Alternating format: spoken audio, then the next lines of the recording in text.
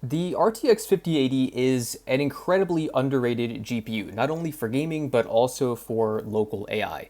This GPU is actually far better suited for local inference, and it's a little held back by the fact that it only has 16 gigs of VRAM.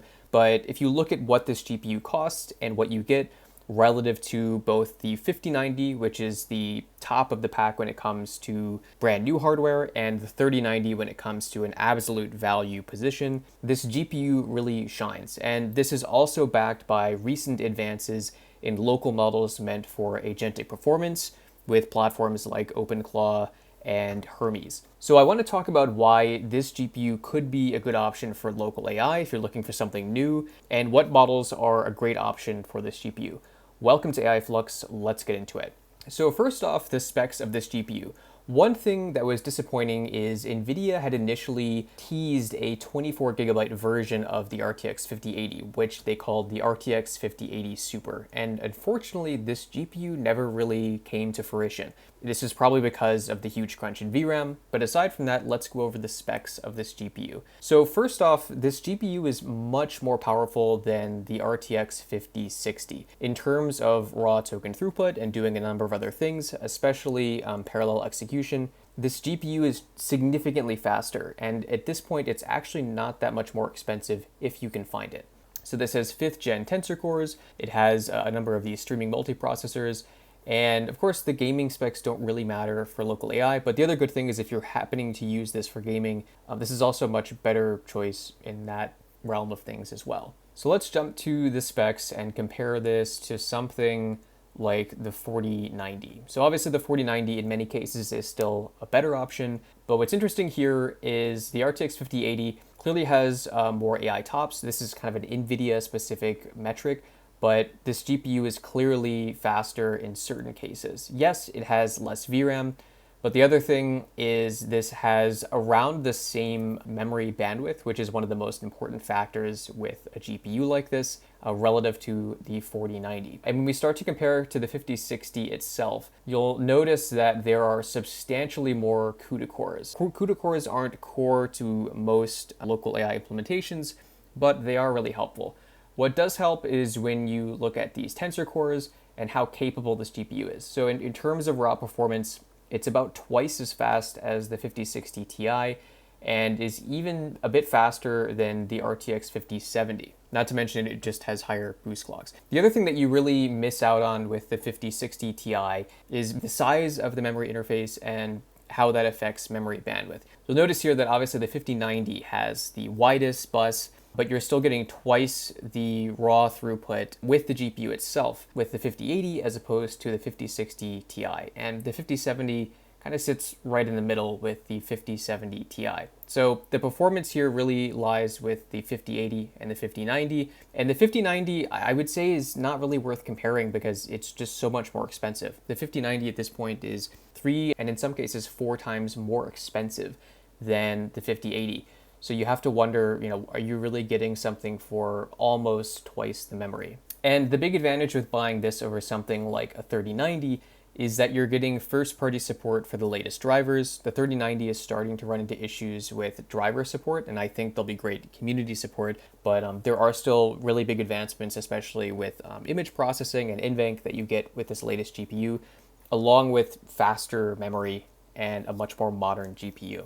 Now, something that's interesting here is finding really good benchmarks for cards that aren't necessarily meant to be used for local AI is difficult, but MicroCenter has actually done a lot of benchmarking, and this video isn't even sponsored by MicroCenter. If someone at MicroCenter is watching this, I would love to have a RTX Pro 6000 to work with. They've done a great job showing some benchmarks for this GPU, and one thing that's cool that I wish we saw in more benchmarks generally outside of all of these performance metrics is just VRAM usage. This is the best rough kind of heuristic to understand if a model is a good fit for your GPU. And I like that they say what didn't fit, which is where you start to see kind of what the upper limits of this are.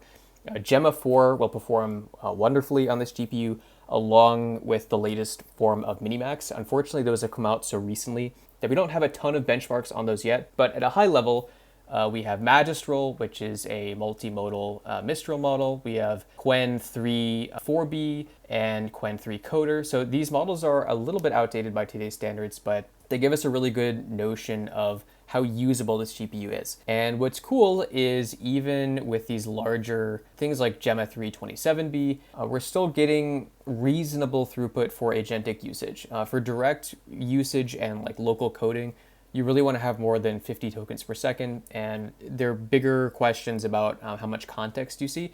But what's great is this GPU is a solid option. I would say it's like a pro mid-tier if you want to do some of this stuff locally. The concurrent throughput in a lot of these models is good enough now that the 5080 is a pretty solid option if you decide you want to go the NVIDIA GPU route. I'm not really going to talk about MLX and Mac Minis in this video. And the obvious takeaway from these benchmarks is that this GPU is great, but it could have more VRAM. And it's really too bad that NVIDIA never released that 5080 Super with just a bit more VRAM. It makes sense why they didn't, because they want to push people to the A4500 and the 5090. But this is still a really solid GPU, especially for gaming. And of course, I really like MicroCenter when they do write-ups because they're pretty frank in pretty concise language as well.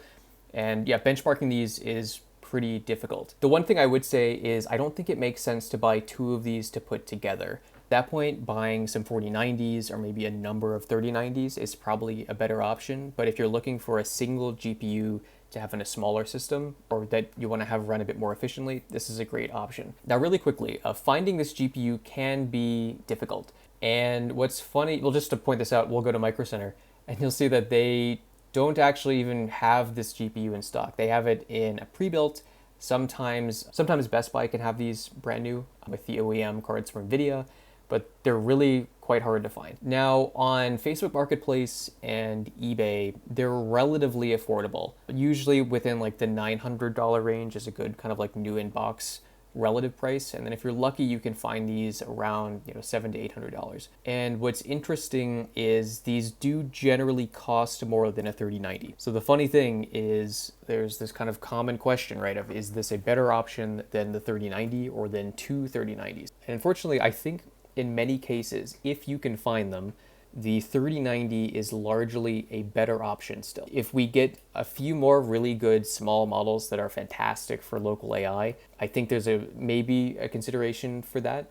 And this GPU, it's too bad because if it had just a bit more VRAM, it would be a fantastic option. And for the models you want to run, it might be. But in a general sense, I think if you're spending $960 on a new inbox or potentially new RTX 5080 from eBay, you might as well just go and put in 3090 and then see what happens here. And the issue at this point with the 3090 is that at times these are just really hard to find, and there are also a lot of sometimes these scams where obviously no one is selling this for $500, so don't fall for those. But yeah, if you can't find a 3090 and you really want to do something else, or you just want a GPU that's potentially more reliable, I definitely recommend the 5080. Now, that Reddit post that I was talking about. So what's interesting is we're starting to get significantly better consolidated benchmarks, which is interesting because you'd think this would be a solved problem in 2026, since everyone is looking to buy GPUs to understand how they operate. What's difficult with this is it's hard to collate consistent hardware across all these different models and so many different quants.